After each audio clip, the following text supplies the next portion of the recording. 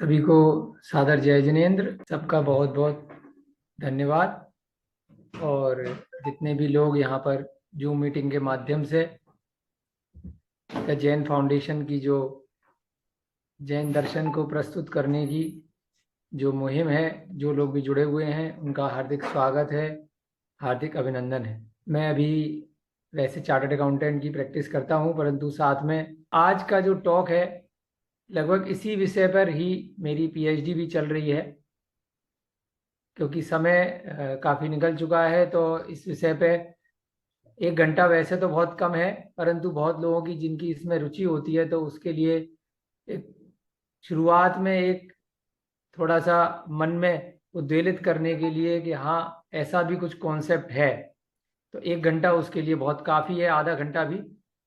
उसके बाद जो भी लोग इस विषय में आगे अध्ययन करना चाहते हैं, बहुत डिटेल में रिसर्च करना चाहते हैं, तो जैन ग्रंथों का भंडार है, जिनमें तिलोय परिणति ग्रंथ सबसे महत्वपूर्ण है, प्राकृत भाषा का है। उसके बाद जितने भी हमारे 4 प्रकार के अनुयोग में आप लोगों में से सभी विद्वान लोग हैं, ज़्यादातर जैन लोग हैं, तो जो भी लोग सहपाठी हैं और रुचि रखते हैं स्वाध्याय में वो जानते ही होंगे। तो चारों अनुयोगों में कहीं ना कहीं हमारे 3 लोक का विषय समाहित होता है, चाहे प्रथमानुयोग हो, चरणानुयोग हो, कर्णानुयोग हो और द्रव्यानुयोग हो। सभी में गाथाओं के माध्यम से प्राकृत संस्कृत की जो टीकाएं हैं हिंदी भाषा में, जो उनका अनुवाद किया गया है, कहीं ना कहीं किस क्षेत्र में, किस काल में जिन भी चरित्रों को हम पढ़ते हैं, समझते हैं, तो स्थान की महत्वता बहुत महत्वपूर्ण होती है। तो स्थान कहाँ पर है, जम्मू द्वीप का नाम हम बार बार पढ़ते हैं, कभी भरत क्षेत्र का नाम पढ़ते हैं, कभी ऐरावत का पढ़ते हैं।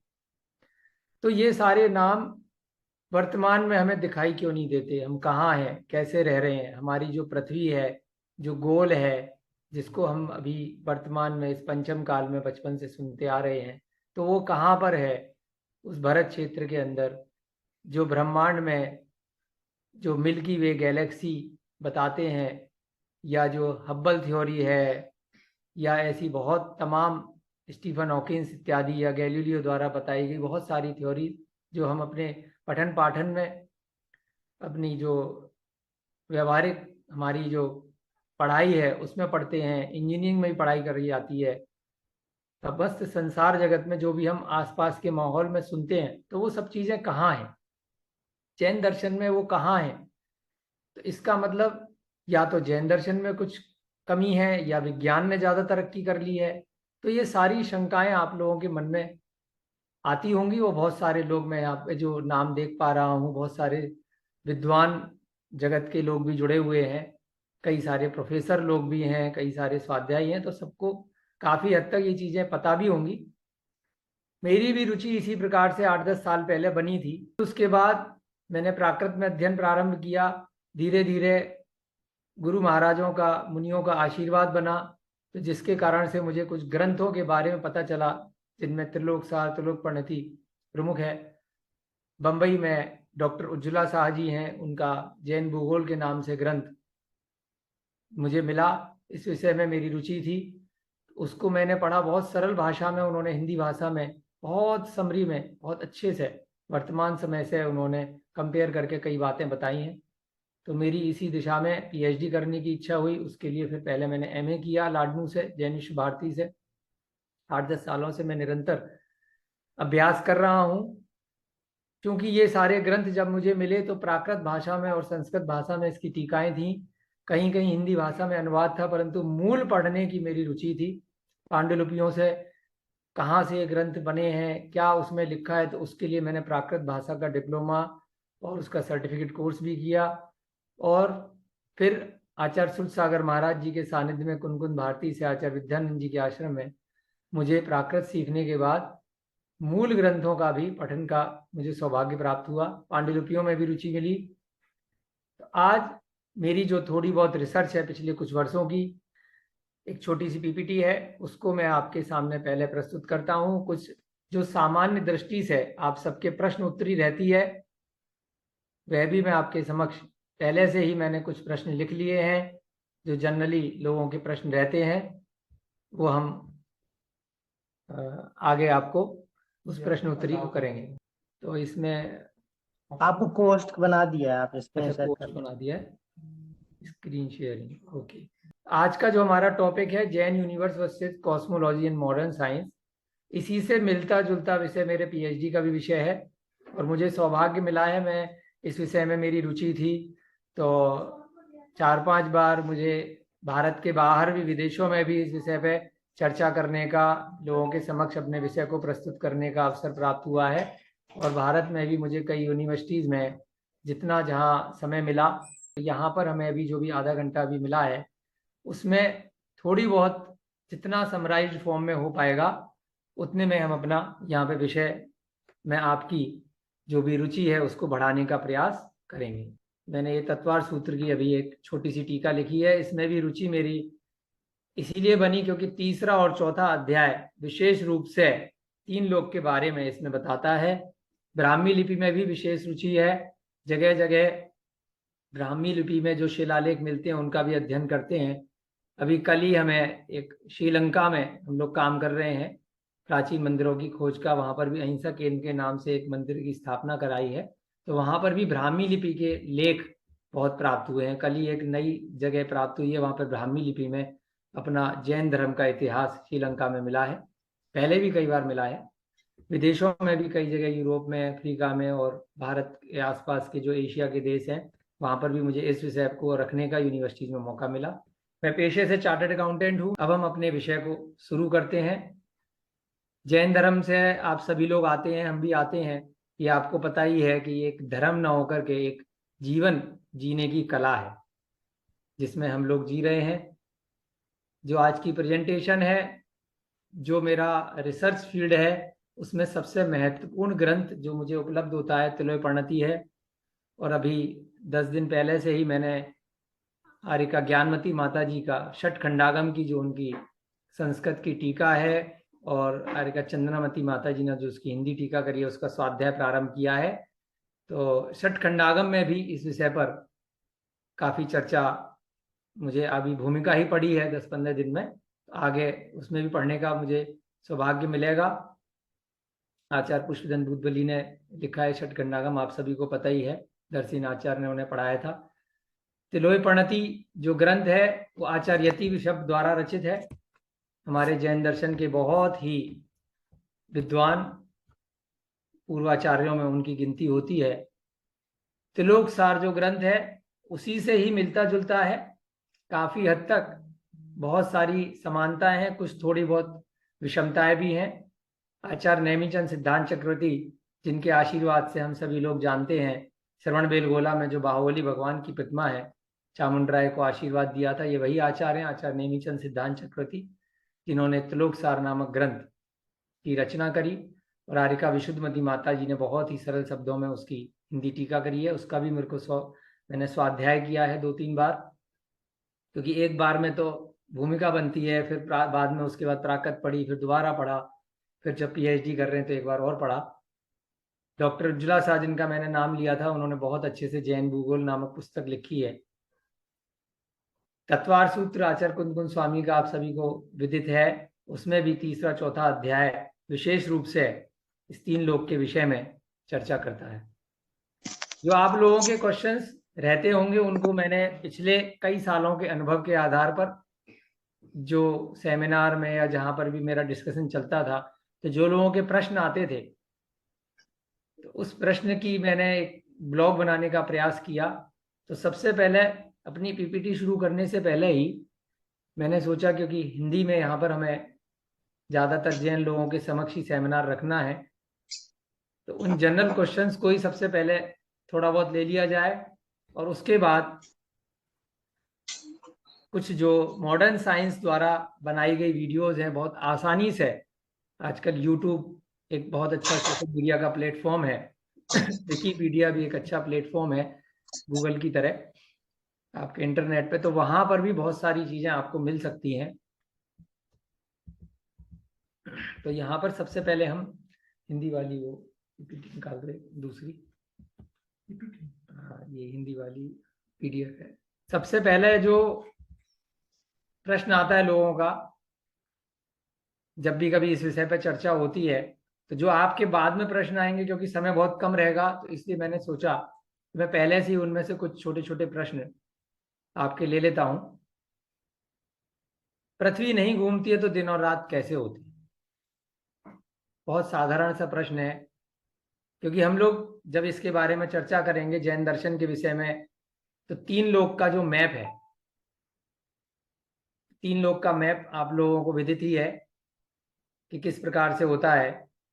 हमारा जो एक सीधे खड़ा हुआ व्यक्ति के स्वरूप के समान, कि जिसकी दोनों भुजाएं अपने पेट से लगाई हुई हैं और पैर दोनों खुले हुए हैं, इस प्रकार से हमारा जो जैन दर्शन का जो मैप होता है, जो तीन लोक का हम हर जगह लगाते हैं, तो वो मैप एक तरह से पूरे ब्रह्मांड का, जिसमें ऊपर ऊर्ध्वलोक है, मध्य में मध्य लोक है और नीचे अधोलोक है। तो वहां हम चर्चा करते हैं कि मध्य में ढाई द्वीप है और ढाई द्वीप के अंदर हम लोग रह रहे हैं। तो सबसे पहले प्रश्न आएगा लोगों का कि भाई पृथ्वी नहीं घूम रही है। जैन दर्शन में फ्लैट अर्थ के बारे में बात की जाती है। अमेरिका में आपकी जैन फाउंडेशन भी अमेरिका से लिंक है, तो वहां पर भी एक फ्लैट अर्थ सोसाइटी है। लगभग हर वर्ष वो लोग डलास में, पिछले साल उन्होंने कॉन्फ्रेंस करी थी, तो फ्लैट अर्थ सोसाइटी के लोग कॉन्फ्रेंस भी करते हैं बड़े स्तर पर। तो नाम ही उन्होंने फ्लैट अर्थ रखा है, तो कहीं ना कहीं वो जैन दर्शन के तीन लोग से उसमें सिमिलरिटी है, परंतु वो अपनी वर्तमान समय के खोज के हिसाब से उसको फ्लैट अर्थ बोलते हैं। हम लोग उसको तीन लोग का अपना विषय रखते हैं कि तीन लोग हैं, उन लोगों को खाली अर्थ से मतलब है। बाकी जो जैन दर्शन है वो ऊपर के स्वर्गों के बारे में भी बात करता है और नीचे के नरक के बारे में बात करता है, और जहां मनुष्य लोग रह रहे हैं उसको ढाई द्वीप के नाम से 45 लाख योजन में उसका पूरा विस्तार बताता है। तो जो सबसे पहला प्रश्न आता है कि पृथ्वी घूम नहीं रही है तो दिन और रात कैसे होती है, क्योंकि जैन दर्शन में पृथ्वी नहीं घूम रही है। सबसे पहला भेद प्रभेद जो होता है जैन दर्शन का और मॉडर्न साइंस का, वो यहीं पर है कि मॉडर्न साइंस हमें बताएगी कि जो पृथ्वी है वो किस प्रकार से अपनी धुरी पर एक बॉल के समान, यहाँ पे कोई बॉल कुछ गोला है, कोई वस्तु बॉल आपने देखी होगी, तो कोई गोला है तो वो गोला घूम रहा है, और कैसे घूम रहा है, अपनी धुरी पर भी घूम रहा है और साथ साथ वो सूर्य के चक्कर भी लगा रहा है। हमें इस प्रकार से पढ़ाया गया है, बताया गया है। परंतु जैन दर्शन कहता है कि नहीं, पृथ्वी कैसी है, फ्लैट है, सीधी है। जम्मू द्वीप के अंदर एक भाग है जहां हम लोग रह रहे हैं, तो कैसे घूम रहा है। तो इसका जो उत्तर जैन दर्शन के हिसाब से आता है वो आता है कि सूर्य और चंद्रमा सुमेरु पर्वत की प्रदक्षिणा देते हैं। किसकी प्रदक्षिणा देते हैं? सुमेरु पर्वत की। और जम्बू द्वीप में 2 सूर्य और 2 चंद्रमा होते हैं। ये जैसे ग्लोब है आपका, ये विज्ञान ने आपको बताया है। इस प्रकार से पृथ्वी वैज्ञानिक लोग बताते हैं, परंतु जैन दर्शन में ग्लोब वाली पृथ्वी नहीं बताई गई है। इस प्रकार से ये कौन बता रहा है? वैज्ञानिक बता रहे हैं, जो हमें पढ़ाया गया है या जो समझाया गया है, जो हमारे माइंड में, हमारे सबकॉन्शियस माइंड में बचपन से लेके आज तक फीड कर दिया गया। एक ही बात को अलग अलग दृष्टिकोण से कई कई लोगों ने हमें बताया। इसके ऊपर फिल्में भी बनी, विज्ञान ने भी बहुत सारी चीज़ें बनाई, स्कूली शिक्षा में भी डाला गया और मीडिया में भी डाला गया। हर तरीके से हमारे माता पिता, गुरुजन सभी ने इसी प्रकार की पृथ्वी हमें बताई गई, पढ़ाई गई। एटलस के माध्यम से हमें सीधे फ्लैट पेज पे बताई जाती है और ग्लोब के माध्यम से उसी को बताया जाता है। इस चर्चा को आगे जारी रखने से पहले मैं पहले एक बार आप लोगों को तीन लोग का मैप दिखा देता हूं। हो सकता है यहाँ पर जितने भी विद्वान लोग जुड़े हैं, मैंने तो शुरू में जो 30 लोग थे उनका एक बार देख लिया था, तो मुझे लगा ज़्यादातर जैन लोग ही हैं, फिर इसलिए मैंने सीधे बेसिक चीज़ नहीं रखी। परंतु मुझे लग रहा है कि हो सकता है कुछ नए लोग हों, कोई युवा लोग हों, तो पहले हम एक बार तीन लोग का मैप देख लेते हैं जैन दर्शन के हिसाब से क्या है। और आपको जो पृथ्वी है वो मैंने ग्लोब के माध्यम से दिखा दी। वैज्ञानिक लोग इस प्रकार की पृथ्वी कहते हैं और वैज्ञानिक लोग इस प्रकार की पृथ्वी को अपनी धुरी पर गोल गोल घूमता हुआ बताते हैं।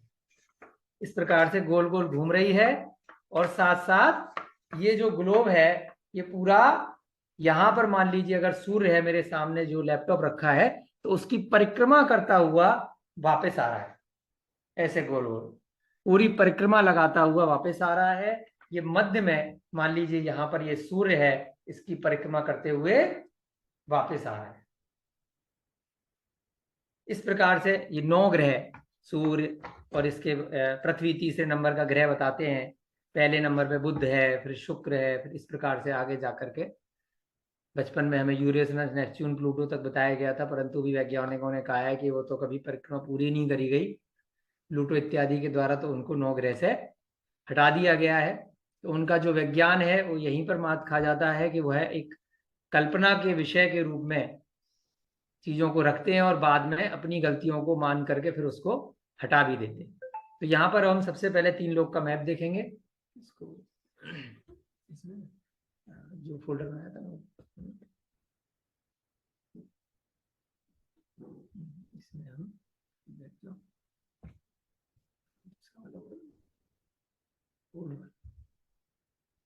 इसमें 3 लोग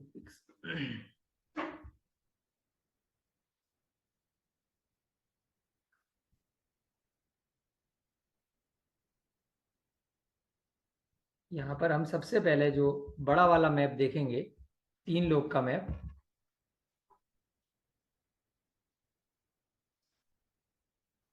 ये 3D मैप है बेसिकली, जो जैन दर्शन कहता है। और अगर आप रिसर्च करेंगे तो ये जैन दर्शन साक्षात अरिहंत भगवान की दिव्य वाणी से निकला है, उनके ज्ञान में, उनके केवल ज्ञान में आया है। हम लोग उस पर पूर्ण श्रद्धान करके उसको मानेंगे। उसके बाद हम वर्तमान वैज्ञानिकों ने जो इस विषय में, जो ब्रह्मांड के बारे में, जो पृथ्वी के बारे में, जो सूर्य चंद्रमा इत्यादि ग्रहों उपग्रहों के बारे में जो बातें बताई हैं, उसको हम इससे तुलना करेंगे। तो हम अंत में जाकर के इसी निष्कर्ष पे पहुंचते हैं कि जो वर्तमान वैज्ञानिक हैं उनकी कहीं ना कहीं कुछ बातें तो सत्य हैं, कुछ उनकी खोज निराधार नहीं है। आज हम इंटरनेट के माध्यम से यहाँ पर लैपटॉप पे बैठ करके जूम मीटिंग कर रहे हैं, ये भी वर्तमान वैज्ञानिकों की देन है। तो एक आधार से हम एकांतवाद से वैज्ञानिकों ने कुछ भी नहीं किया ये भी नहीं कह सकते, परंतु हाँ, कुछ खोज उनकी कहीं ना कहीं किसी ना किसी पूर्वाग्रह से ग्रसित रहती हैं। उनका कुछ ना कुछ प्री कंसीव्ड नोशन रहता है, उनकी कुछ इच्छाएं रहती हैं, आकांक्षाएं रहती हैं, जिसके कारण से वह अपना एक मत को सिद्ध करने का प्रयास करते हैं। जो भी किसी विद्वान व्यक्ति के मन में कल्पना आई, उसने जो भी रिसर्च करी, चाहे न्यूटन ने करी या गैलीलियो ने करी या किसी भी गणित के विद्वान ने करी, तो उसको वह सिद्ध करने का अपने तरीके से प्रयास करते हैं। और जब तक उनकी टक्कर का कोई दूसरा विद्वान नहीं आता तो उनकी बात को अक्षर से मान लेता है। तो यहाँ पर जो 3 लोग का मैप है, इसको अभी हम गौरव जी, मानेंगे कि सर्वज्ञ भगवान अरिहंत भगवान की वाणी से निकला है, तो यह सत्य है, इसमें कोई भी हमें शंका नहीं करनी है। गौरव उसके जी आपका उपरांत, मैप नहीं दिखाई दे रहा। गौरव, मैप मैप। मैप दिखाई नहीं दे रहा स्क्रीन जी, पे? आपको वापस शेयर करना पड़ेगा इसको। अच्छा, रिमूव वापस कर।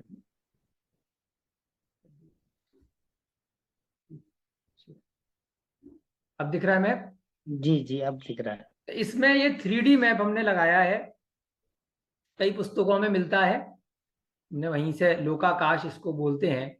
6 द्रव्य, जीव, उद्गल, धर्म, अधर्म, आकाश और काल, ये 6 द्रव्य इस लोकाकाश में पाए जाते हैं। इस लोकाकाश के बाहर का जो हिस्सा है, जो ये मैप दिख रहा है, जो खाली हिस्सा है जहां पर बाहर लिखा हुआ है 1 नंबर लिखा है, लोकाकाश लिखा है, तो ये सब अलोकाकाश का हिस्सा है, बाहर का हिस्सा।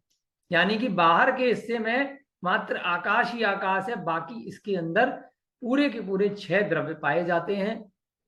जो बीच में एक राजू लिखा है, उसके ऊपर का जो हिस्सा है उसे ऊर्ध्व लोक बोलते हैं। वहां पर 16 स्वर्ग, फिर ग्रैवेक, अनुत्तर, अनुदिश और अनुत्तर, इस प्रकार से बहुत सारे स्वर्ग रहते हैं। जहां अभी हम मनुष्य पर्याय में नहीं जा सकते। जो बीच वाली लाइन है जो रेड कलर से मोटी मोटी करी गई है, उसमें आप देखेंगे ब्लू कलर का एक छोटा सा गोला बनाया गया है, तो अंदर जाकर के है, बाहर फ्रंट में नहीं है। तो अंदर जाकर के क्यों है? क्योंकि ये मैंने जैसा आपको बताया 3D मैप है। जैसा कि हम इस कमरे में अंदर बैठे हुए हैं, तो हम गेट के बाहर नहीं है, दरवाजे पे नहीं है, हम कहाँ बैठे हैं? अंदर बैठे हैं। परंतु बाहर से अगर हमें कोई देखेगा तो उसे बाहर की ही छवि मकान की दिखाई देगी, दरवाजा दिखाई देगा और बिल्डिंग का बाहर का हिस्सा ही दिखाई देगा। तो इसी प्रकार से जब 3 लोग का मैप हम पेपर कॉपी पे 3D ना बना करके सीधे सीधे बनाते हैं, तो केवल जो आगे का हिस्सा है वह ही हम बनाते हैं, परंतु आगे के हिस्से में तो कोई जीव रहेगा नहीं, वह तो एक फ्रंट है, दीवार है एक तरह से। हम रहेंगे कहाँ? जो अंदर की आपको 2 लाइन दिखाई दे रही है ब्लू कलर की, ऊपर से लेके नीचे तक, उसको त्रस नाली कहा जाता है। त्रस नाली या त्रस नाड़ी भी उसको कहते हैं। वह एक राजू की चौकोर है, परंतु ऊपर से लेके नीचे तक पूरा 14 राजू उतुंग, इस प्रकार से उल्लेख आया है। तो वहां पूरी वह त्रस नाली है। और ये जो 3 लोग का मैप है वो ऊपर से लेके नीचे तक तो 14 राजू का है, नीचे जो इसका आधार है आप लोग देख रहे होंगे 7 राजू का है, और मध्य में फ्रंट से 1 राजू का है। 343 घन राजू, घन आप समझते होंगे क्यूब, क्योंकि 3 चीज हो गई, ऊंचाई हो गई, चौड़ाई हो गई और अंदर की उसकी गहराई भी हो गई। जिस प्रकार से इस कमरे में अगर हम क्यूब में निकालेंगे तो ऊंचाई भी है और चौड़ाई भी है और लंबाई भी है, 3 प्रकार से, तो इसका घन निकाला जाएगा। परंतु अगर खाली एक प्लॉट आप निकालेंगे किसी का, उसमें ऊपर कोई बिल्डिंग नहीं बनी है, तो उसको वर्ग बोलते हैं, स्क्वायर बोलते हैं, कि लंबाई गुणा चौड़ाई, 2 चीज का गुणा किया तो स्क्वायर में आ गया। और ऊंचाई भी अगर किसी चीज की ले ली, ड्रम जिसको बोला जाता है, तो ऊंचाई भी हो गई और लंबाई भी हो गई, चौड़ाई भी हो गई, तो उसको क्यूब बोला जाता है। तो इस प्रकार से ये जो पूरा 3 लोग है, ये 343 घन राजू का पूरा निकल करके आता है, जिसमें कि ऊपर से लेके नीचे तक 14 राजू है, नीचे का हिस्सा 7 राजू है और मध्य में, और ऊपर जो आपकी 8वीं पृथ्वी जिसको कहा है ईशत प्रागवार, वहां नाम लिखा है, 1 राजू की है। और बीच वाला जो हिस्सा है डमरू के आकार का सा, आप ऐसे देख रहे हैं, तो वहां ये जो हिस्सा है उसको हम 5 राजू का चौड़ाई काउंट करते हैं।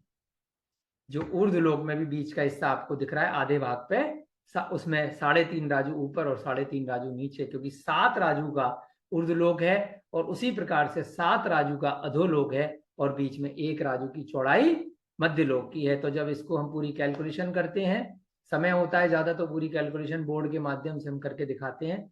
अभी हम मान लेते हैं 343 घन राजू का पूरा क्षेत्र है, जिसके अंदर सारी की सारी जीव राशि रहती है। 1 इंद्रिय से लेकर 5 इंद्रिय तक के जीव इस संसार में अनंत अनंत भरे हुए हैं। वो सारे के सारे जीव इस 343 घन राजू में न जाने कितने अनंत वर्षों से भटक रहे हैं। बीच की जो रेखा है त्रस नाली, इसके अंदर वाले हिस्से में ही स्वर्ग लोक है, और नीचे का नरक वाला जो अधोलोक है, और बीच का जो मध्य लोक, वो त्रस नाली में ही रहता है। त्रस नाली के बाहर त्रस जीव नहीं जाते। त्रस और स्थावर नाम से 2 प्रकार से जीवों को बांटा गया है। त्रस जीव में जो 1 इंद्रिय के अतिरिक्त जितने भी जीव हैं, 2 से लेकर के आगे के, वो सब त्रस जीव होते हैं। और स्थावर जीव 5 प्रकार के होते हैं, स्पर्शन, रसना, घ्राण, चक्षु, कर्ण, जो 5 इंद्रियां होती हैं, उसमें आपके 1 इंद्रिय वाले जीव होते हैं। 1 इंद्रिय वाले जीव इस त्रस नाली के बाहर भी पूरे ठसाठस भरे हुए हैं और त्रस नाली के अंदर भी हैं। परंतु इस 3 लोक के बाहर जो ये 343 घन राजू का क्षेत्र है, इसके बाहर जो आकाश आकाश वाला हिस्सा है, जिसको अलोक आकाश कहा जाता है, वहां पर न त्रस जीव होते हैं और ना ही स्थावर जीव होते हैं। केवल और केवल आकाश द्रव्य ही वहां पर पाया जाता है। वहां ना उद्गल है, ना धर्म द्रव्य है, ना अधर्म द्रव्य है, ना काल द्रव्य है। केवल कौन सा द्रव्य है? केवल आकाश रूपी द्रव्य है। खाली आकाश है। पूरा की पूरा जो ब्रह्मांड है वह अनंत प्रदेशी है, और उसके अंदर ही एकमात्र मध्य में ये 3 लोक है, जिसके अंदर हम सभी यहाँ पे रह रहे हैं। हम बहुत सारी 84 लाख योनियां सुनते आते हैं, तो उन्हीं योनियों में भटक भटक करके अपने अपने कर्मों के हिसाब से नीचे जो निगोद है, इसमें जो ऊर्ध्व अर्धोलोक है, उसमें सबसे नीचे वाला जो हिस्सा है वहां निगोदिया जीव रहते हैं। धीरे धीरे वह अपनी पर्याय बदल करके मनुष्य गति में आते हैं। तो यहाँ पर जो बीच वाला हिस्सा है उसको हम बोलते हैं मध्य लोक, और जिसमें जो छोटा सा गोल हिस्सा नीले कलर का दिखाया गया है मैप में, उसको कहा जाता है ढाई द्वीप। उसके भी मध्य में, ढाई द्वीप के बिल्कुल मध्य में बहुत छोटा सा द्वीप आता है, उसको बोला जाता है जम्मू द्वीप। और उसके ठीक मध्य में एक पर्वत होता है, उसको बोलते हैं सुमेरु पर्वत, सुदर्शन मेरु पर्वत। इस प्रकार से मेरे सामने अभी हमारी मैडम है, वो भी पीएचडी साथ में कर रही हैं, उन्होंने ला करके गोला दिया है कि शायद कुछ काम आ जाए। तो आप मान लीजिए कि ये गोला ढाई द्वीप है। इस गोले के अंदर अंदर जा करके ये जो थाली नुमा, ये जम्मू द्वीप है। गोला कैसा है? ये खाली है। तो अंत वाला जो द्वीप है ढाई द्वीप में, उसको हम बोलते हैं अर्ध पुष्कर द्वीप। पुष्कर द्वीप का आधा हिस्सा हम पहले, सबसे अंदर होता है ये जम्मू द्वीप। जम्मू द्वीप के बाहर हमारा है लवण समुद्र, और लवण समुद्र के बाहर है हमारा घातकी खंड, और घातकी खंड के बाहर है कालूदधी समुद्र, और उसके बाद आता है पुष्कर द्वीप। पुष्कर द्वीप का आधा हिस्सा अर्ध पुष्कर द्वीप। तो इस प्रकार से पहला द्वीप जम्मू द्वीप, फिर दूसरा द्वीप घातकी खंड, फिर अर्ध पुष्कर आधा। तो ये मिलाकर के हम ढाई द्वीप इसको कहते हैं। 2.5 आइलैंड बेसिकली, द्वीप माने आइलैंड, आप इंग्लिश में समझ सकते हैं। तो इस प्रकार से ढाई द्वीप ये होता है। बीच में इसमें समुद्र आते हैं, लवण समुद्र और कालोदधी समुद्र, दो समुद्र है। उसका भी मैप आपको दिखाते हैं। ये नीले वाला जो कलर है, इसको हम विस्तार से अब दूसरा मैप देखते हैं जल्दी से, फिर उसके बाद जो शंकाएं हैं आप लोगों की वो प्रश्नोत्तरी के माध्यम से हम रखेंगे। ढाई द्वीप का मैप आपको दिखाते हैं, फिर उसके बाद जम्मू द्वीप का दिखाया जाएगा, फिर कुछ वीडियो जल्दी से आपके सामने शेयर करेंगे। ढाई द्वीप स्क्रीन शेयर नहीं करना पड़ेगा, न्यू शेयर से ढाई द्वीप हो गया। आपको दिख रहा है सभी लोगों को ढाई द्वीप? उसमें देखो जी कुछ भी अगर प्रॉब्लम आएगी ना ज्वाइन कर लेंगे। दिख रहा है आप लोगों को ढाई द्वीप? जी जी दिखाई दे रहा है बराबर। इसके मध्य में जो येलो कलर का पॉइंट है, ये है जम्मू द्वीप, और उसके बाहर जो ब्लू कलर है वह है लवण समुद्र। लवण समुद्र के बाहर जो आपको कांटे कांटे से दिखाई दे रहे हैं, वो सारा की सारा है आपका घातकी खंड। और घातकी खंड के बाहर जो ब्लू कलर आ रहा है, वो आ रहा है कालोदधी समुद्र। और उसके बाद जो फिर से बड़ा द्वीप आया कांटे कांटे, वो आ गया आपका अर्ध पुष्कर द्वीप। अर्ध इसलिए बोला क्योंकि पूरा की पूरा द्वीप जो है पुष्कर द्वीप है, उसके आधे हिस्से पर आधा ले लिया मानुषोत्तर पर्वत है जो आपको दिखाई दे रहा है। तो मानुषोत्तर पर्वत से पहले तक अर्ध पुष्कर द्वीप। तो ये सारी की सारी आपका जो इसका व्यास लेंगे डायामीटर, जो सबसे बीच वाला द्वीप है आपका जो जम्मू द्वीप, हमने ये थोड़ा थाली नुमा साइज इसका बताया है, इसका जो व्यास है ये 1 लाख योजन का है। कितना है? 1 लाख योजन।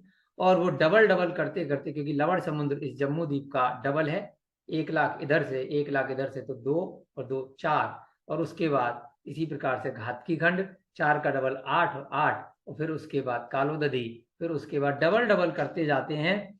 तो सारा जो व्यास मिलाकर के आता है वो आता है 45 लाख योजन। आप लोग गणना कर सकते हैं, बहुत आसान है। कितना आता है? 45 लाख, 45 लाख योजन। लाख है एक योजन में। चित्तौड़ प्रणति के माध्यम से आर्यका विशुद्धमती माता जी ने वर्तमान समय में मील और किलोमीटर निकाल करके वर्तमान समय से जो उसकी गिनती करी है, तो एक योजन में आती है 6400 किलोमीटर। कितनी आती है? 6400 किलोमीटर। यहां पर जो भी हम गणना 3 लोग की करते हैं, ये सब अकृत्रिम गणनाएं मानी गई हैं, जिसमें किसी ने इन चीजों को बनाया नहीं है, इस संसार को। तो इसमें महायोजन लिया जाता है जो साधारण योजन से 500 गुना अधिक माना गया है। साधारण योजन जो किसी देवों द्वारा संरचनाएं हैं या किसी व्यक्ति द्वारा, मनुष्य द्वारा की गई है, जो कहीं ना कहीं कृत्रिम रूप से है, तो उसमें हम साधारण योजन लेंगे तो 500 योजन 500 गुना कम कर दिया जाता है। जैसे समूहरण इत्यादि की रचना हुई, उसमें हम 500 का गुणा नहीं करते। तो यहां पर महायोजन के रूप में निकालते हैं तो 6400 किलोमीटर। आर्यका विशुद्धमती माता जी जो समाधिग्रस्त हैं, बहुत विद्वान थी, उन्होंने 6400 किलोमीटर इसकी गणना करी। एक योजन में जब 6400 किलोमीटर हो जाता है तो 1,00,000 योजन में आप लोग थोड़ा कैलकुलेशन कर लीजिएगा कैलकुलेटर पे या उंगलियों पे या कागज पे, कितना आता है?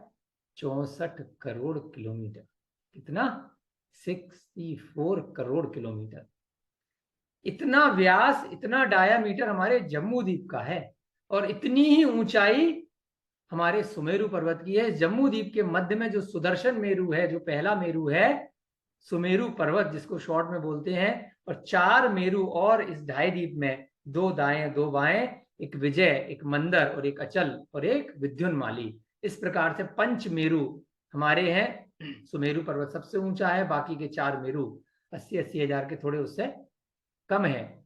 सुमेरु पर्वत की परिक्रमा ग्रंथों के आधार से जो पूर्वाचार्यों ने बताया है, जो अरिहंत भगवान की वाणी से आया है, तो जो भी सूर्य, चंद्रमा इत्यादि जो ग्रह हैं, जो नक्षत्र हैं, जो तारे, जिनको ये कह देते हैं, सूर्य को तारा बोलते हैं, परंतु जैन दर्शन के हिसाब से सूर्य एक तारा नहीं है, तारे अलग हैं जो रात को आपको दिखाई देते हैं। इनमें से बहुत सारे प्रकीर्णक तारे हैं और कुछ ध्रुव तारे भी होते हैं जो स्थिर रहते हैं। ध्रुव तारे को छोड़ करके बाकी के जितने भी तारे हैं, इसी प्रकार से सूर्य और चंद्रमा के जो विमान हैं, ये सब घूमते रहते हैं। ये सब किसकी परिक्रमा करते हैं? ये सब सुदर्शन मेरु की अर्थात सुमेरु की परिक्रमा करते हैं। ये जैन दर्शन कहता है। और इसको अब हम प्रूव करते हैं कि जो वैज्ञानिक लोग कह रहे हैं, उनमें, उन्हीं वैज्ञानिकों में से बहुत सारे वैज्ञानिक कहते हैं और आजकल कह रहे हैं, बहुत वीडियोस बनाई गई हैं, बहुत सारी यूट्यूब पे भी डाली गई हैं कि भाई ये जो वैज्ञानिक कह रहे हैं उसमें तो ये एक सूर्य कहते हैं, परंतु जैन दर्शन में जो, अब हम जम्मू द्वीप के बारे में चर्चा करेंगे, हमने ढाई द्वीप की चर्चा कर ली, इसी प्रकार से जम्मू द्वीप में 2 सूर्य और 2 चंद्रमा जैन दर्शन ने बताए हैं। आगे आगे चल के सूर्य और चंद्रमा की स्थिति ढाई द्वीप में बढ़ती चली जाती है। अब हम जल्दी से जम्मू द्वीप का मैप निकालेंगे। ढाई द्वीप के बाद न्यू शेयर में आप जम्मू द्वीप का मैप निकालो, नीचे नीचे देखो, ये रहा जम्मू द्वीप। शेयर कर देंगे, ये ढाई द्वीप खोलिए आपने फिर से, ये वाला खोलिए।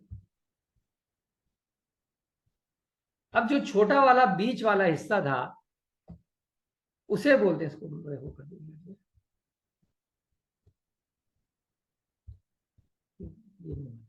चलिए दिख रहा है आपको।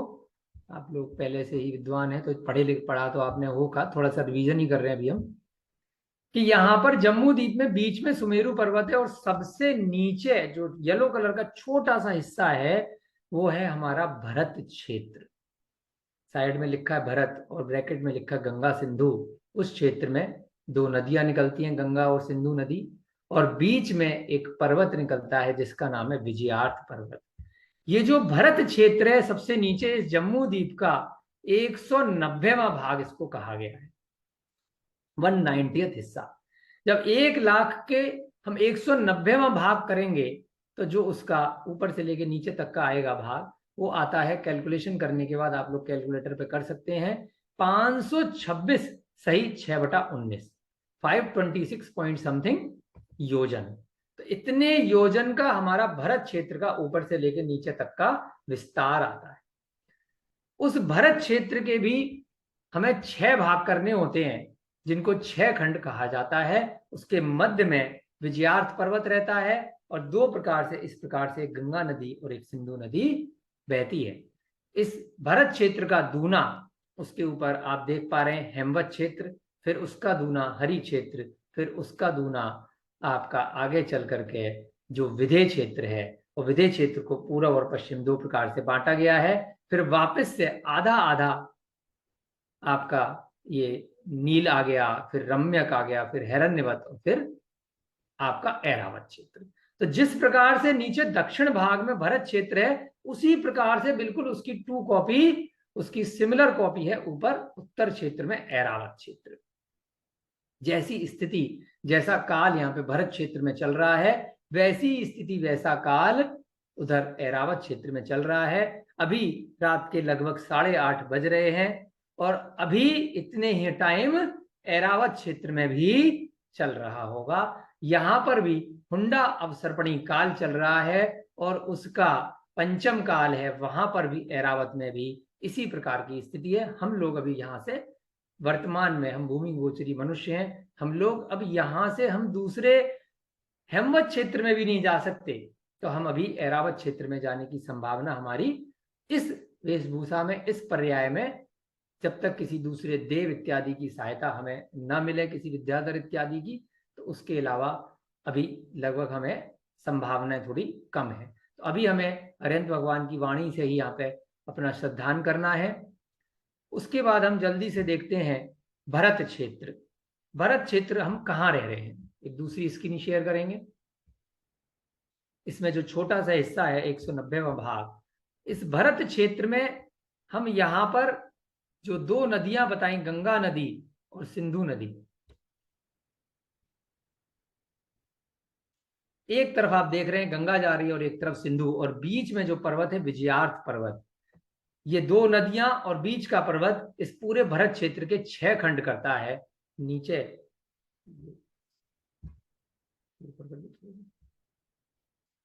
नीचे वाला जो बीच का हिस्सा है उसको हम आर्यखंड बोलते हैं। इसी आर्यखंड में ही तीर्थंकर भगवान के समोसर लगते हैं, जो 24 तीर्थंकर भगवान महावीर, अंत वाले तीर्थंकर और ऋषभ देव से लेकर के वो सभी इसी आर्यखंड में ही जन्म लेते हैं, यही इनके समोसरण इत्यादि लगते हैं। बाकी के 5 मलेच्छ खंड हैं, उन मलेच्छ खंडों में केवल जो चक्रवर्ती इत्यादि राजा होते हैं वही अपनी सेना के साथ अपना जो विजय अभियान है उसके लिए जा पाते हैं। साधारण मनुष्य वहां हम जैसे नहीं जा पाते। बीच का विजयार्थ पर्वत, 5 मलेच्छ खंड और एक नीचे वाला आर्यखंड। तो संभवतः है जो आर्यखंड है वहीं पर अपने जैन दर्शन से जब हम वर्तमान विज्ञान की तुलना करते हैं तो इसी आर्यखंड के अंदर ही हमारा भारत देश है, हमारी अयोध्या नगरी है, पूरा एशिया महाद्वीप है, यूरोप है, जो आपका ऑस्ट्रेलिया है, अमेरिका है, अफ्रीका है, जो आपका हिंद महासागर है, आर्कटिक, जो भी 7 महाद्वीप इत्यादि सागर इत्यादि हैं, वे सभी संभवतः इसी आर्यखंड का हिस्सा हैं। चाहे उसमें अंटार्कटिका महाद्वीप आप ले लो, जहां वर्तमान में बहुत कम मनुष्य जा पाते हैं, जहां कोई भी मनुष्य जा रहा है, या जहां तक वैज्ञानिकों की खोज जा रही है, वो सब कहां पर है, वो सब इस आर्यखंड का ही हिस्सा है। हम अपने जैन दर्शन से यह सीखते हैं। अब हम थोड़ा सा, क्योंकि समय काफी आपका ले लिया है, बैकग्राउंड आपका बन चुका है, इसके बाद बहुत सारे अन्य विषय भी हैं, पाताल कैसे होते हैं, ज्वार भाटा कैसे आता है, वो सब विषय किसी अगली कक्षा में हम लेंगे। अब हम आपके समक्ष कुछ वीडियो जल्दी से देखेंगे, और उस वीडियो के बाद हम जो प्रश्नोत्तरी लेकर चले थे उसमें कुछ प्रश्नों को जल्दी से लेने का प्रयास करेंगे। एक छोटी सी वीडियो यहाँ पर हम देखेंगे कि जैन दर्शन में हमारा बताया गया है कि ये जो जम्मू द्वीप है, जो गोल वाला आपने जम्मू द्वीप देखा, जो 1 लाख योजन का व्यास वाला है, जिसके मध्य में जो सुमेरु पर्वत है उसकी ऊंचाई भी 1 लाख योजन की है। तो अब हम सबसे पहले यहाँ पर एक विदेशी लोगों द्वारा बनाई गई एक वीडियो देखेंगे, अर्थ इज नॉट मूविंग, क्योंकि लंबी वीडियो है, थोड़ा थोड़ा सा इसका भाग देखेंगे। इसका शीर्षक है अर्थ इज नॉट मूविंग। इसका मतलब वैज्ञानिक लोग भी यही बात कह रहे हैं कि अर्थ घूम नहीं रही है। जैन दर्शन में अभी आपने देख लिया कि इतना बड़ा जम्मू द्वीप है, वो कहीं नहीं घूम रहा है। वो कहां पर है, जो बीच वाला हमारा मध्य लोक है, उस मध्य लोक में जो एक राजू का भाग है, उसके मध्य में जो 2.5 द्वीप था वो सीधे सीधे बस गोल है। जैसा अभी हमने बताया ना, गोल है, ये कोई बॉल के समान गोल नहीं है। गोल तो है जम्मू द्वीप और 2.5 द्वीप, परंतु भरत क्षेत्र गोल नहीं है। आर्यखंड भी गोल नहीं है, आर्यखंड भी इस प्रकार से बना हुआ है, ऊपर से सीधा, फिर दो नदियां ऐसे गई, फिर नीचे से हल्का सा राउंड, क्योंकि जम्मू द्वीप का नीचे का हिस्सा राउंड है। परंतु अब गोल क्यों दिखाई दे रहा है, उसके भी कई कारण है, वो हम चर्चा करेंगे। सबसे पहले जल्दी से एक छोटी सी वीडियो थोड़ा फास्ट स्पीड में हम देखते हैं। ये वैज्ञानिक ने, एक अंग्रेजी वैज्ञानिक ने वीडियो बनाई है। कितना आपको आवाज आ रही है वीडियो में? मेरी आवाज आ रही है?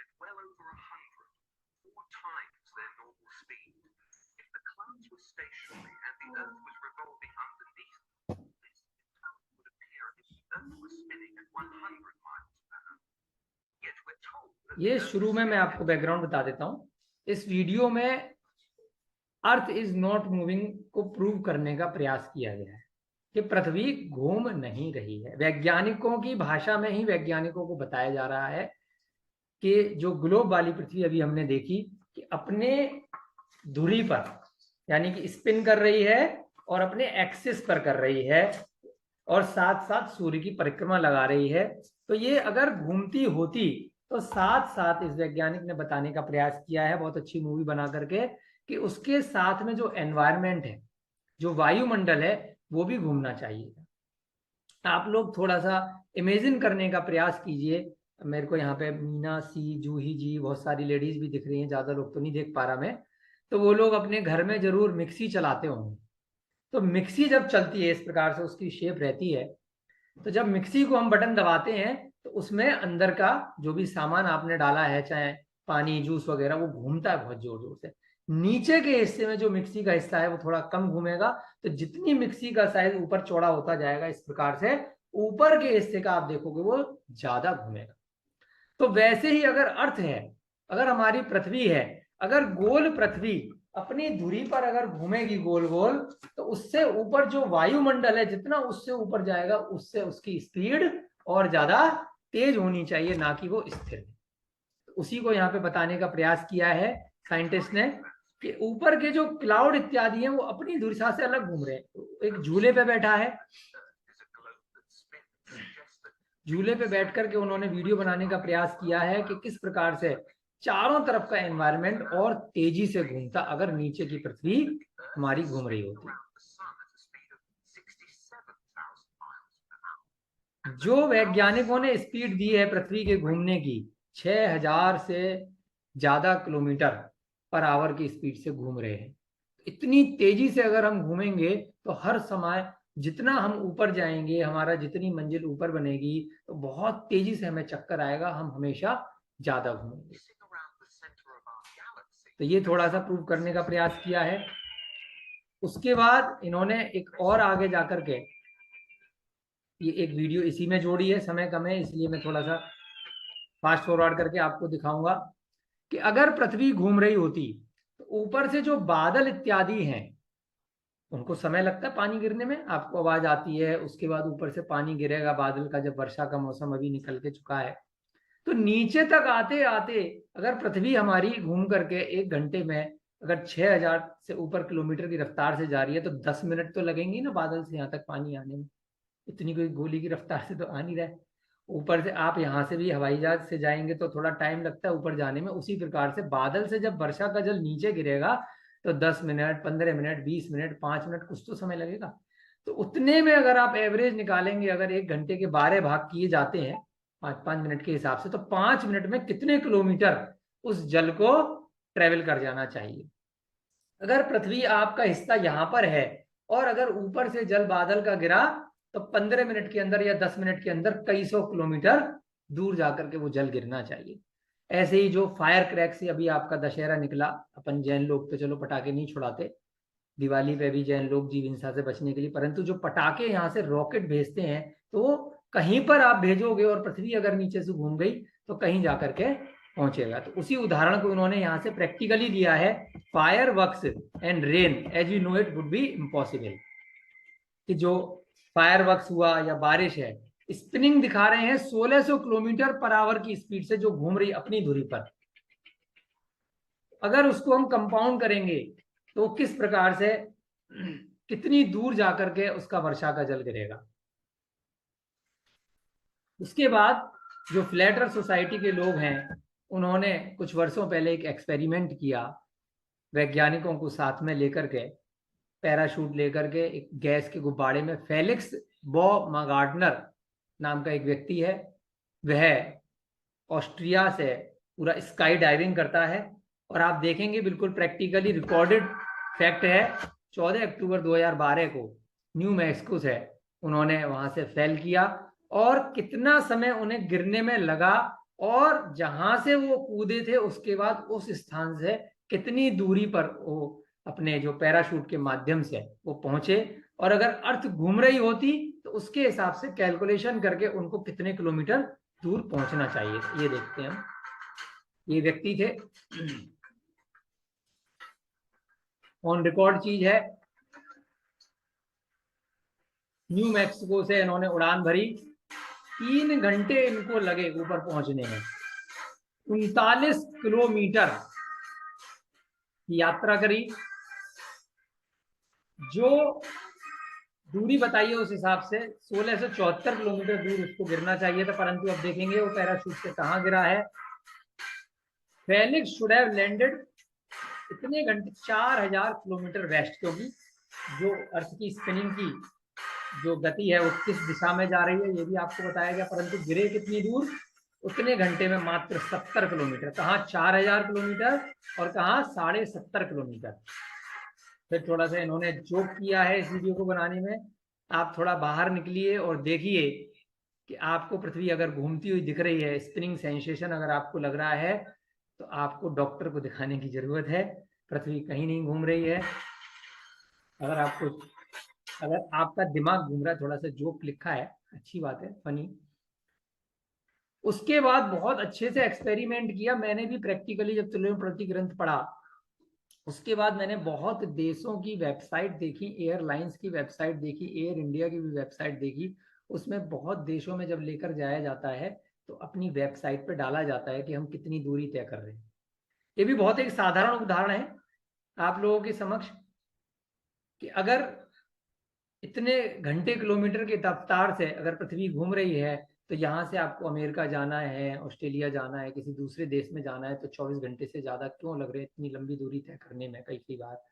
तो आप लोग जब 24 घंटे में तो पूरी पृथ्वी घूम ही जाएगी, तो ज़्यादा से ज़्यादा आप हेलीकॉप्टर में बैठ जाइए। उसका भी आविष्कार वैज्ञानिकों ने किया, ये एक स्थान पर स्थिर रह सकते हैं, नीचे की पृथ्वी घूम जाएगी, आपका जब दूसरा देश आ जाए तो आप उतर जाना।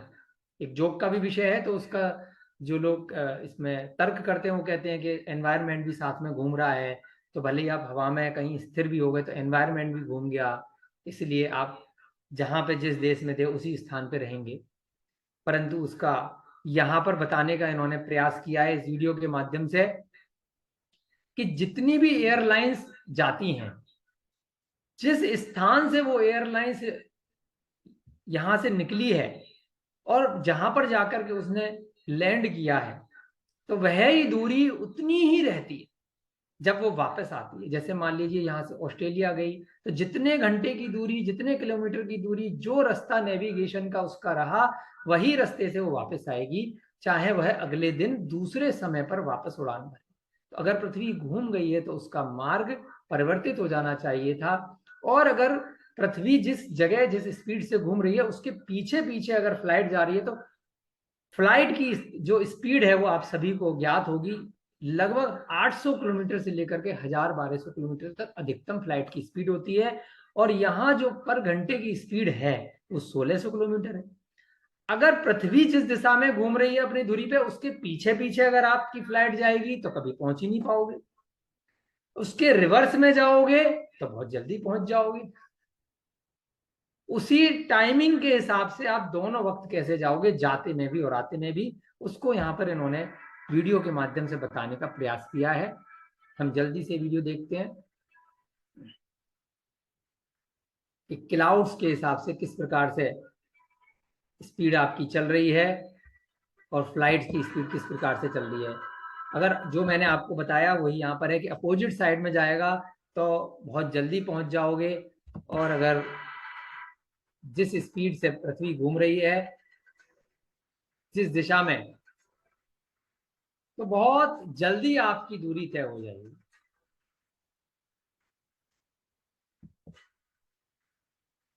हमेशा वह सेम स्पीड नहीं रहेगी और सेम प्लेस नहीं रहेगा। आप एयरलाइंस का कभी स्टडी करेंगे उनकी वेबसाइट में जाकर के, तो कोई भी नई एयरलाइंस लॉन्च होती है, उनका नए फ्लाइट लॉन्च होता है, तो उनको नेविगेशन की जगह दे दी जाती है कि आपको इतनी ऊंचाई पे रहना है, आपको यहाँ रहना है। अलग अलग फ्लाइट्स को उनको एयरलाइंस को बांट दिया जाता है, तो उसी जगह उसी स्थिति में जाते हैं। तो वह भी एक बहुत बड़ा प्रूव है। बहुत सारे इन्होंने उदाहरण दिए अलग अलग देशों के, यहाँ पर अर्थ स्टेशनरी है, वह किसी के चक्कर नहीं लगा रही है, और बिल्कुल एग्जैक्ट कैलकुलेशन इन्होंने बहुत अच्छी कैलकुलेशन करी है। फ्लाइट की डिस्टेंस जैसे 8000 किलोमीटर है, प्लेन की average speed 880 kilometre per hour रहती है, 800 से कभी ऊपर जाके 1000 हो जाती है, नीचे कम रहती है, बहुत अधिकतम इतनी आती है। तो कई देशों की इन्होंने तुलनात्मक अध्ययन किया है, जापान से गए, अलग अलग जगह से, और ये सारा ऑन रिकॉर्ड है। आप वेबसाइट पे भी देख सकते हो, आप कभी खुद भी जाते हो तो वहां पर जाकर के चेक कर सकते हैं। तो ये बहुत सारे प्रूफ हैं। इन प्रूफ के माध्यम से इस वीडियो का लिंक मैं आपको शेयर कर दूंगा, समय कम है तो इसलिए पूरी नहीं दिखा सकता। ये सारा की सारा जो लास्ट में इन्होंने बताया है कि ये फ्लाइट का जाना, उड़ान भरना प्रूव होता है जब अर्थ स्टेशनरी है, मूव नहीं कर रही है। अगर अर्थ सूर्य के चक्कर लगा रही है, जिसको तारा माना गया है, तो कभी भी संभव नहीं है। कुछ स्पोर्ट्स का भी उदाहरण दिया है, गोल्फ भी लोग खेलते हैं, फुटबॉल भी खेलते हैं, क्रिकेट भी खेलते हैं, बास्केटबॉल भी खेलते हैं। तो ये सारी की सारी चीजें, आपने कहीं भी बॉल फेंकी, अगर अर्थ घूम रही है तो वो संभव नहीं होगा, कभी भी बास्केट में बॉल नहीं जाएगी, कभी भी जो कैच पकड़ते हैं वो हवा में कोई चीज आ गई, तो बहुत सारी चीजें लगभग असंभव हो जाएंगी अगर अर्थ घूम रही है। इस प्रकार से वीडियो उसका संकलन है, हमारे काम की चीज है। और नासा के लोगों ने ही ये वीडियोस बनाई हैं, जो लोग नासा से रिटायर्ड हैं या जिन्होंने नासा से जल्दी ही रिटायरमेंट ले लिया है। इसके बाद हम कुछ और वीडियोस को देखने का प्रयास करते हैं जल्दी से। अभी आप लोगों को पता है कि हमारे देश ने भी चंद्रयान नाम का विमान भेजा है। अब उसमें भी बहुत सारी शंकाएं आई, समाधान आए, हम लोगों के पास भी बहुत सारे प्रश्न आए। तो जो काम पहले नासा करती थी, वह हमारे भारत देश ने भी इसरो के साथ में रह करके कुछ ना कुछ किया है, परंतु अपने देश को इसका फायदा मिल रहा है इस विश्व जगत में। तो हम उसके अगेंस्ट जाके कुछ टीका टिप्पणी करने की बजाय हम ये बताने का प्रयास कर रहे हैं कि हाँ, कहीं ना कहीं इसमें भी गोलमोल बातें हैं। जरूरी नहीं है कि चंद्रयान उस चंद्रमा पे ही गया है जहां बताया जा रहा है, और जो चंद्रमा हम रात में देखते हैं इसी चंद्रमा पे गया है। संभवतः इसी आर्यखंड में किसी स्थान पर उसको भेजा गया है, या फिर कहीं ना कहीं साइंस का प्रयोग करके कुछ जो आजकल कुछ टेक्निक्स आई हैं मूवीज बनाने की, तो उसी का प्रयोग करके जो बहुत सारी VFX इमेजेस वगैरह बनाने का प्रयास किया गया है। एक मूवी और है, फ्लैट अर्थ सन सेटिंग फाइनली एक्सप्लेन्ड। तो ये वाली मूवी का टाइटल भी है, इसे भी आप समय रह के देखने का प्रयास कीजिएगा। जैसा अभी मैंने आपको जम्मू द्वीप बताया था, जम्मू द्वीप में 2 सूर्य और 2 चंद्रमा के बारे में अपने अरिहंत भगवान की वाणी से आया है। अभी वर्तमान में जो चंद्रमा यहाँ पर है, जो हम यहाँ पर भरत क्षेत्र में बैठे हुए हैं, मैं जैसे दिल्ली के आसपास नोएडा में बैठा हूँ, आप अपने अपने क्षेत्र में, कोई बंबई में, कोई महाराष्ट्र में, कोई इंदौर में है, कोई भारत के बाहर के भी कुछ लोग हैं। तो जहां पर भी जिस स्थान से हम इस वीडियो को देख रहे हैं, वहां पर सब जगह आपको चंद्रमा बाहर दिखाई दे रहा होगा, परंतु ऐरावत क्षेत्र में कौन सा चंद्रमा होगा, तो वहां पर इस चंद्रमा का जुड़वा भाई दूसरा चंद्रमा है। बिल्कुल मिलता जुलता ही ऐसा ही है।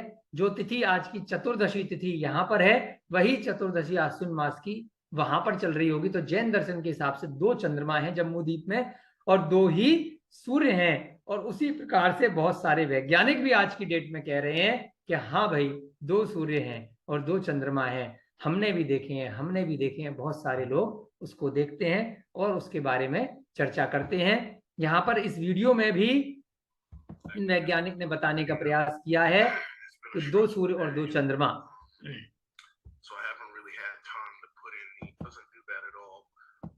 किस प्रकार से हैं, ये आपको इस प्रकार से वीडियो मिल जाएगी। कई बार अब कई लोग बोलेंगे हमने तो सनसेट होता हुआ देखा है, कि भाई हम तो गोवा जाते हैं, हम तो अंडमान जाते हैं, हम तो बंबई में रहते हैं, हम तो रोज शाम को सनसेट देखते हैं।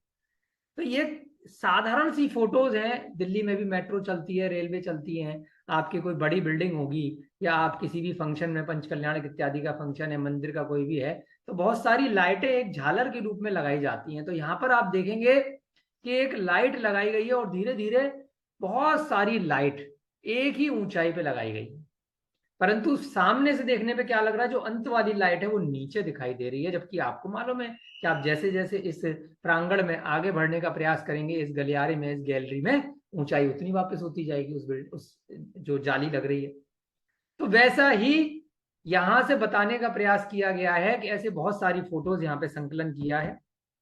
ये एक टनल है, बिल्कुल ट्रेन का एक ही साइज है, परंतु अंत वाला पॉइंट आपको छोटा सा दिखाई दे रहा है।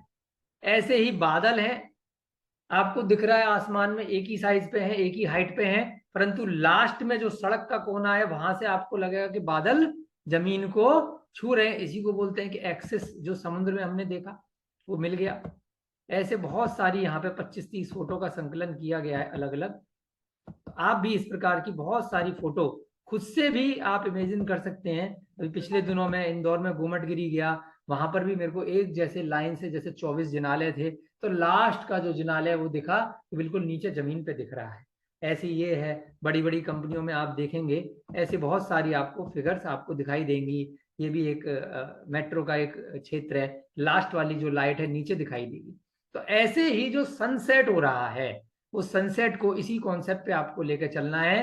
वो जा रहा सीधी दिशा में है, जो सूर्य जा रहा है, सुमेरु पर्वत की परिक्रमा कर रहा है 800 योजन के, जो हमारा दूरी बताई गई है। 790 योजन से लेकर के जो 880 योजन के पट्टे में सारे ज्योतिष विमान गमन करते हैं, सूर्य और चंद्रमा इत्यादि वो सारे की सारी सुमेरु पर्वत की परिक्रमा करते हैं। वो नीचे ऊपर नहीं होते, वो एक ही दूरी पर करते हैं, परंतु हमें सनसेट होता हुआ इसलिए दिखाई देता है क्योंकि यहाँ पर इस प्रकार से वह जो साधारण जगत में हमारी आंखें देख पा रही उसी प्रकार से।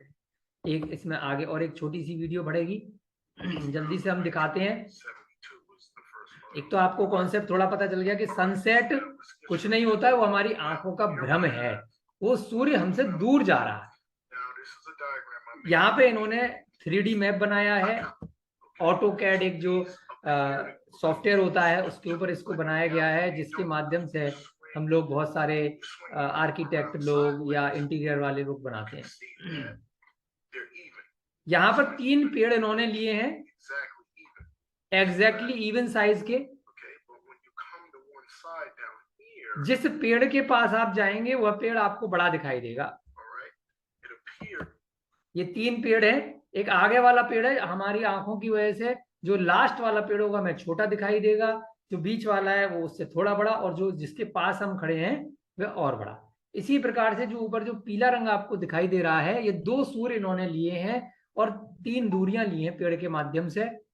तो जो दूर वाला सूर्य है वो नीचे दिखाई देगा और जो पास वाला है वो ऊपर दिखाई देगा। जब कैमरे को ऊपर लेकर के जाएंगे हम, तो ऊपर से वो दोनों की दोनों सूर्य एक ही दिशा में आपको एक दूरी पर दिखाई देते हैं। जो 3 पेड़ हैं, बीच वाले पेड़ के ऊपर जब हम कैमरा करेंगे तो वह ऊंचा दिखाई देगा और 2 पेड़ नीचे दिखाई देंगे, बीच वाला ऊंचा दिखाई देगा। तो उसी प्रकार से ये जो ग्लोब की जो संरचना की गई, इन्होंने बताने का प्रयास किया है, वो ऊपर जाकर के फोटोज खींची गई हैं, उनको मिलाया गया है। जब ऊपर से इस स्थान से फोटो खींच ली तो ये चीज बड़ी दिखाई दी, तो यहाँ की फोटो लगा दी, फिर इस स्थान से फोटो ली तो ये वाली फोटो मिला दी गई। तो जो भी विश्व का ये जो मैप बनाया गया है वह वैज्ञानिकों द्वारा फोटो खींच करके बनाया गया है, कोई नीचे से ऊपर की फोटो नहीं ली गई है, ऊपर से फोटो का संकलन करके उसको मिलाया गया है। तो जिस स्थान से जब फोटो ली गई तो वह आपको ऊंचा दिखाई दिया, वह बड़ा दिखाई दिया, उसका संकलन करने के कारण से ग्लोब जैसी संरचना आई, उसको यहाँ पे प्रूव किया गया। अब जब ऊपर से इन्होंने उस 3D मैप पे ऑटोकैड पे डाला, जब सूर्य के ऊपर कैमरे को लेकर गए एक इमेजिनरी सॉफ्टवेयर के माध्यम से, तो यहां पर जब उन्होंने कैमरा लिया तो आप देखेंगे कि दोनों सूर्य एक ही दिशा में बाय डिफॉल्ट आ गए। इसका मतलब कोई सेट नहीं हो रहा, कोई राइज नहीं हो रहा, वो सीधे सीधे एक ही दिशा में आ रहे हैं। तो ये भी प्रूव होता है कि 2 सूर्य हैं, और ये भी प्रूव होता है कि किस प्रकार से वो है ऊपर से नीचे नहीं जा रहे बल्कि एक ही दिशा में जा रहे हैं। तो उन्होंने, वैज्ञानिकों ने भी जम्मू द्वीप न बना करके ये प्रूव करने का प्रयास किया है कि हाँ, अर्थ इज फ्लैट, ये फ्लैट अर्थ है, ये कहीं किसी के चक्कर नहीं काट रही है। अब हम आपको जल्दी से कुछ वीडियोस दिखाएंगे जहां पर आपको 2 सूर्य दिखाई देगा।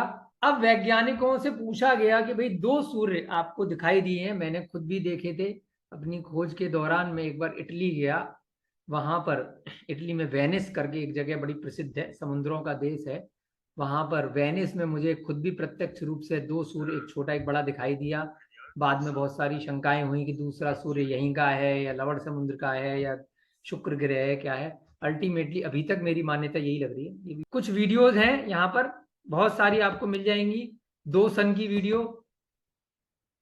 आप जब नेट पर डालेंगे तो दिन में आपको लगेगा कि इधर से भी रोशनी आ रही है, उधर से भी आ रही है। ऐसी आपको बहुत सारी वीडियोस से यूट्यूब भरा पड़ा मिलेगा कि कहीं छोटी दिखाई देगी। उनसे जब पूछा गया, नासा की वेबसाइट पे लोगों ने प्रश्न किए, तो उन्होंने इसका नाम दिया कि भाई ये शुक्र ग्रह भी नहीं है, बुध ग्रह भी नहीं है, ये जो दूसरा सन दिखाई दे रहा है इसका नाम है निब्रू। क्या नाम है?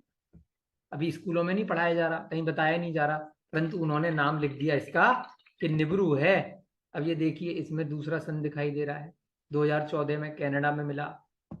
ऐसे अमेरिका में भी बहुत जगह दिखाई दिया, हंगरी में दिखाई दिया, इटली में भी दिखाई देता है, बहुत देशों में ये 2 सन दिखाई देते हैं। बचपन से हमें पढ़ाया जाता है अंटार्कटिका में 6 महीने दिन रहता है, 6 महीने रात रहती है। तो वो 6 महीने दिन क्यों रहता है? क्योंकि एक सन चला जाता है और दूसरा सन आ जाता है। उसकी दिशा और उसका क्षेत्र की स्थिति, भौगोलिक स्थिति कुछ इस प्रकार से है कि वहां पर जो 2 सन लगातार बने रहते हैं, एक जाने के बाद में जैसी शाम रात होने वाली है उससे पहले दूसरा सन का प्रकाश आने लग जाता है। तो ऐसी बहुत सारी आपको वीडियो जब आप 2 सन की डालेंगे। अब ये निब्रू करके यहाँ पे जो कवर अप करने की कोशिश करिए, नासा की साइट पे ऑफिशियली डाला है उन्होंने निब्रू। आप लोग निब्रू करके अगर इंटरनेट पे सर्च करेंगे तो आपको मिलियंस वीडियो आ जाएंगी, भरी पड़ी है। तो हमें पढ़ाया क्यों नहीं जा रहा, हमें बताया क्यों नहीं जा रहा, क्यों कवर अप किया जा रहा है? तो कहीं ना कहीं जैन दर्शन इसका मतलब सही है, जो बहुत हजारों सालों से पांडुलिपियों में, ग्रंथों में कह रहा है कि 2 सूर्य हैं, भले ही किसी ना किसी रूप में हमें दिखाई दे रहे हैं, छोटे बड़े रूप में। इसी प्रकार से 2 चंद्रमा हैं, जो एक चंद्रमा अभी यहां पर है, उसका दूसरा वाला आपका एरावत क्षेत्र में है। आज जो चंद्रमा है रात को दिख रहा है, यह हमें परसों दिखाई देगा, कल एरावत वाला यहां आ जाएगा। आज जो दिन में सूर्य दिखाई दिया था, यह हमें परसों दिखाई देगा, कल जो एरावत वाला जो अभी है वो आ जाएगा। 48 घंटे में सूर्य सुमेरु पर्वत की परिक्रमा पूरी करता है, ऐसा अपने ग्रंथों में आया है। 24 घंटे बाद क्यों दिन लग जाता है? क्योंकि दूसरा वाला सूर्य एग्जैक्ट 24 घंटे में आगे आधी दूरी पे था। तो इसलिए हमें 2 सूर्य 2 चंद्रमा का कॉन्सेप्ट बिल्कुल साक्षात वर्तमान के वैज्ञानिक भी प्रूव कर रहे हैं कि हमने 2 सूर्य और 2 चंद्रमा देखे। हम कुछ आपको 2 मून वाली भी चीजें दिखा देंगे, भारत देश में भी दिखाई दे जाता है अक्सर। उसके बाद हम आपको एक छोटी सी वीडियो दिखा देते हैं कि no one land to moon. अभी तो वर्तमान में पिछले महीने ही, 1-2 महीने पहले ही चंद्रमा पर भारत देश पहुंचा है। उससे पहले दोस्तों एक बार फिर से आपका स्वागत है प्रजापति न्यूज में। ऐसा कौन एक सा हिंदी देश की है वीडियो आपको जहां समरी पर फॉर्म में रात दिखाएंगे हम नहीं आपको, होती है? समय कम है काफी, हम 9 बजे से ऊपर बढ़ चुके हैं वैसे, लेकिन आपकी रुचि दोस्तों है। एक बार फिर से आपका स्वागत है प्रजापति न्यूज में।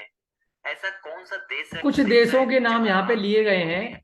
जहां पर 24 घंटे के लगभग लगातार दिन और लगातार रात होती है। एक तो मैंने अंटार्कटिका आपको बताया ही है, दूसरे 6 देश या 7 देश ऐसे हैं जहां पर कभी 18 घंटे का दिन है, कभी 24 घंटे से 22 घंटे का दिन है, ऐसे ही 22 घंटे की रात होती है। तो किस कारण से होती है उसको प्रूव करने का प्रयास किया गया इस वीडियो के माध्यम से, जिनमें हम जल्दी से, समय कम है तो देशों के नाम लेंगे।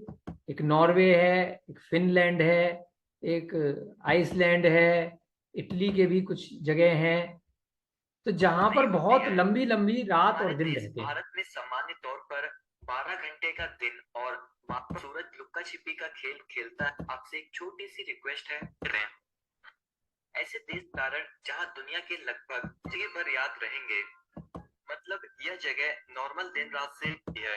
Number 1, Alaska. अलास्का है। यह आइसलैंड कभी रूस का हिस्सा हुआ करता था, लेकिन अमेरिका नहीं डूबता है, यानी यहाँ भी कुछ समय।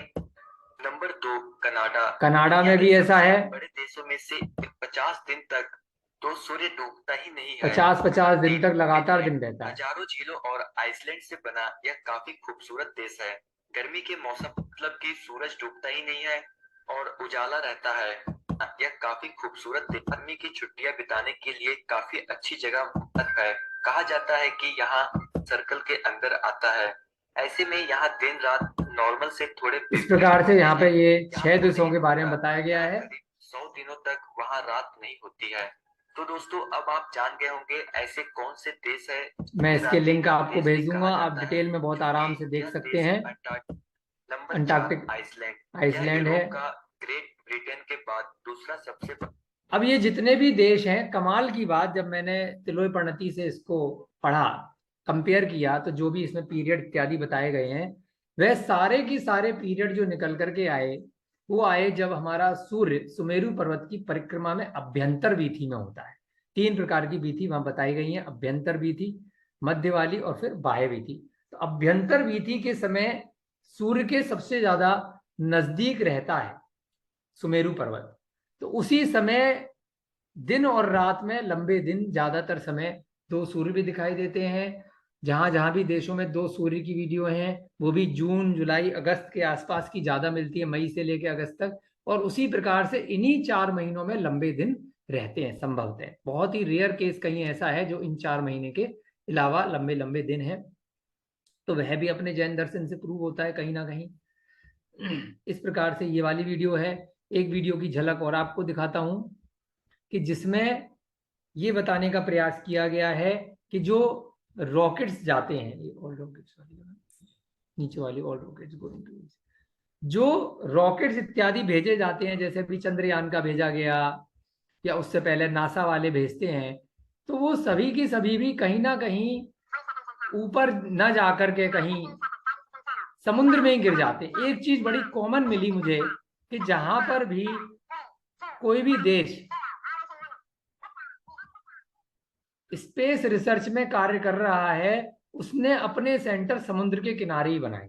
जैसे भारत ने भी श्रीहरिकोटा बनाया है, नासा का भी समुद्र के किनारे है। एक रशिया क्योंकि बहुत बड़ा देश है, तो उसके पास जमीन बहुत ज्यादा है, तो उनका एकांत में पूरा की पूरा बहुत बड़ा एक द्वीप है, तो इसलिए वहां उन्होंने लैंड पे बनाया। इसके अलावा बाकी जितने भी देश स्पेस में काम कर रहे हैं, सबके जो भी रॉकेट जाते हैं, वो आप देख रहे हैं किस प्रकार से समुद्र की तरफ जाते हैं और कुछ ही मिनटों बाद जाकर के उस समुद्र में गिर जाते हैं।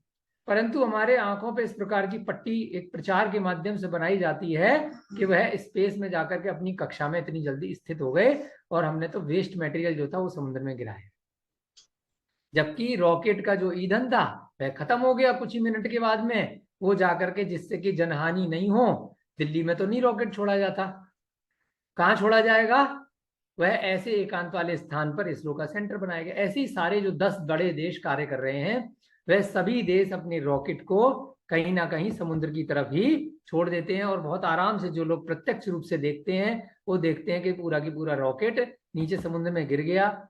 लेकिन प्रचार ऐसा किया जाता है जबरदस्त कि जिसके माध्यम से उसी प्रकार से आप देख रहे हैं रॉकेट वापस नीचे जा रहा है, समुद्र में गिर रहा है और कहीं नहीं जा रहा। इसमें लगभग बहुत सारी अपनी डीडी नेशनल की भी इसकी न्यूज़ है, लगभग 25-30 वीडियो का संकलन करके हमने यहाँ पर बनाया है। तो बहुत सारी जगह की वीडियो जो एक्चुअल फुटेज हैं, जो लोग जाते हैं अपने नॉर्मल कैमरे से लेते हैं, साफ तौर पे दिखाई दे रहा है कि रॉकेट पूरा की पूरा जाकर के नीचे, जैसे हम अभी दिवाली पे रॉकेट बहुत सारे बच्चे छोड़ेंगे, ऊपर जाकर नीचे आएगा, उसी प्रकार से बड़े रॉकेट हैं, बड़े जाकर नीचे गिर जाते हैं। तो ये भी एक बहुत बड़ा प्रूफ है। दूसरा, वैज्ञानिक लोग कहते हैं, कई बार नासा से पूछा जाता है कि भी रॉकेट ऊपर जाने के बाद टेढ़ा क्यों हो गया, तो प्रश्न पूछते हैं, तो उसका समाधान इन्होंने निकाला। नासा की वेबसाइट पे भी आता है कि 80,000 फीट के बाद रॉकेट जो है हमें नीचे भेजना पड़ता है। कई लोगों ने प्रश्न किया तो उत्तर तो देना पड़ेगा, अब आजकल के लोग छोड़ते तो है नहीं किसी को। तो ऑफिशियली ये स्टेटमेंट नासा और जितने वैज्ञानिक हैं उन्होंने निकाला कि 80,000 फीट पर जाकर के ऊपर एक कांच जैसी संरचना है। ये कौन सी बात आ गई, आपने कभी स्कूल में तो पढ़ाया नहीं। इसलिए इस कांच जैसी संरचना से बचने के लिए हमें रॉकेट को घुमा करके दूसरे स्थान से भेजना पड़ता है। इसलिए हम ऊपर भेजने के बाद उसको नीचे फ्लैट कर देते हैं, फिर वो जाता है किसी दूसरे रास्ते से बाहर, वो चंद्रमा पे जाएगा या सूर्य पे जाएगा। अगर सीधे सीधे चला जाएगा तो कांच को तोड़ना पड़ेगा, तो इसलिए रॉकेट टूट जाएगा। तो ये ऑफिशियली उन्होंने बोला है, ये हम नहीं कह रहे, ये वैज्ञानिक लोग ही कह रहे हैं कि भाई इसलिए हमें टेढ़ा करना पड़ रहा है। कौन सी संरचना है, कहाँ है, कुछ नहीं है। तो इस प्रकार से इसलिए हम 80,000 फीट के ऊपर हम नहीं भेजते जी रॉकेट को। इस प्रकार से ये लोग उत्तर देते हैं। और एक वीडियो बहुत प्रचलित है, we never land on moon, हम लोग चंद्रमा पे कभी नहीं पहुंचे, वाली वीडियो की झलक दिखा देता हूं मैं आपको थोड़ी सी। We never landed on moon, इस प्रकार की वीडियो यहाँ नहीं दिख रही है। तो वो वीडियो अगर आप देखेंगे, बहुत उसकी कॉपीज हिंदी में भी है, इंग्लिश में भी है, बहुत सारे कि किस प्रकार से वो एक फोटोशॉप करके रसिया ने, जब वर्ल्ड वार का टाइम चल रहा था, कोल्ड वॉर चल रहा था, तो अपने को एक अपनी सर्वज्ञता प्रस्तुत करने के लिए उन्होंने वहां पर पूरा की पूरा स्टूडियो में बना करके फोटोशूट किया। और पहले से उनका कैमरामैन वहां पहुंचा हुआ था, जब वो उतर रहे हैं, उनका यान उतर रहा है, पूरी फोटोग्राफी करके वीडियो बना करके। और बहुत सारे उसमें प्रूफ हैं कि झंडा कैसे हवा में लहरा रहा है, पीछे तारे क्यों नहीं दिखाई दे रहे हैं, क्रॉस का निशान क्यों है। तो जिस प्रकार से एक स्टूडियो में एक हॉलीवुड की कोई मूवी बनाई जाती है, उस प्रकार से बनाया गया था। और कई प्लेटफॉर्म पे जो नील आर्मस्ट्रॉन्ग थे, उन्होंने मना भी किया। डिस्कवरी चैनल और हिस्ट्री टीवी 80 चैनल ने उसका प्रोग्राम भी ऑफिशियली चलाया कि कभी भी चंद्रमा पे नील आर्मस्ट्रॉन्ग नहीं गए। उनसे प्रोग्राम के दौरान बाइबल पे हाथ रख के कसम भी खिलवाई, तो वो प्रोग्राम के बीच में से उठ के चले गए कि मैं नहीं कसम खाऊंगा। तो इस प्रकार से बहुत सारे प्रूफ हैं कि एक तरह से वो साफ तौर पे मुकर गए कि मैं इस विषय में कोई चर्चा नहीं कर सकता कि वहां मैंने क्या देखा, मैं गया था कि नहीं गया था। तो कहीं ना कहीं एक एक्सेप्टेंस नासा की तरफ से इनडायरेक्टली है कि हम 50 साल पहले, हम जो उस समय तकनीक थी, ऐसी कुछ भी नहीं थी कि जिसके माध्यम से चंद्रमा पे जाया जा सके। और आज भी भारत देश ने भी इसलिए व्यक्ति को नहीं उतारा, केवल एक रोबोट को उतारने का प्रयास किया है, क्योंकि उसमें बहुत सारे प्रश्न चिन्ह खड़े हो जाते, कैसे गए, कब गए, तो कहीं ना कहीं चीजें छुपाई नहीं जा सकती थी। तो ये भी एक बहुत बड़ा प्रूफ है। अब हम जल्दी से आपको जो प्रश्नोत्तरी है वो दिखाएंगे, और प्रश्नोत्तरी के साथ विपुल जी अगर लोग प्रश्न भी पूछना चाहें तो साथ साथ, क्योंकि समय कम है, वीडियोस में ही समय काफी निकल गया तो जो प्रश्नोत्तरी थी हम उसे खोल भी लेते हैं। और आप लोगों में से जो भी तरीका है यहाँ पे प्रश्न पूछने का, तो वह हम प्रश्न साथ साथ लेंगे, जिससे कि पहले ही हमारी एक्सटेंड हो चुकी है ये जो प्रेजेंटेशन है। पहले ही मैंने आपको कहा था, ये केवल आपको एक फील दिया जाएगा कि हाँ, जैन दर्शन में और जो वर्तमान वैज्ञानिकों में कुछ ना कुछ हमारी जो भगवान की वाणी है, जो ग्रंथ हैं, कहीं ना कहीं कुछ ना कुछ उसमें सत्यता हो सकती है। उसके बाद जिन लोगों को रिसर्च करनी है, क्योंकि मेरे पास ऐसी सैकड़ों वीडियोस का कलेक्शन है, मैंने पहले भी कहा कि 3-3, 4-4 महीने भी मुझे लगे हैं इस विषय की चर्चा करने में, तो समय इतना नहीं है, बहुत हल्की सी एक फील देने का प्रयास किया है। अब आप लोग जो भी प्रश्न है साथ साथ करेंगे, और मैं इस प्रश्नोत्तरी के माध्यम से उसको बताने का प्रयास करूंगा। आप वैसे ही नंबर नोट कर लीजिए, या पीपीटी का लास्ट पेज दिखा दो। ये मेरा फोन नंबर है 9871112261, और दूसरा नंबर है 9868356946। और गौरव जैन अठवर्षिया मेरा गोत्र है, तो नाम लिखता हूँ। वीगन गौरव जैन के नाम से मेल आईडी भी है, और यूट्यूब पर भी मेरी क्लासेस आपको मिल जाएंगी, गौरव जैन अठवर्षिया या वीगन गौरव जैन के नाम से। जय जिनेन मेरा भी सौभाग्य है, और सभी का बहुत बहुत धन्यवाद, विपुल जी का और बाकी सभी जैन फाउंडेशन की टीम का। और पुनः अवसर मिलेगा तो जरूर आएंगे। बहुत बहुत धन्यवाद सभी का। जय जिनेन।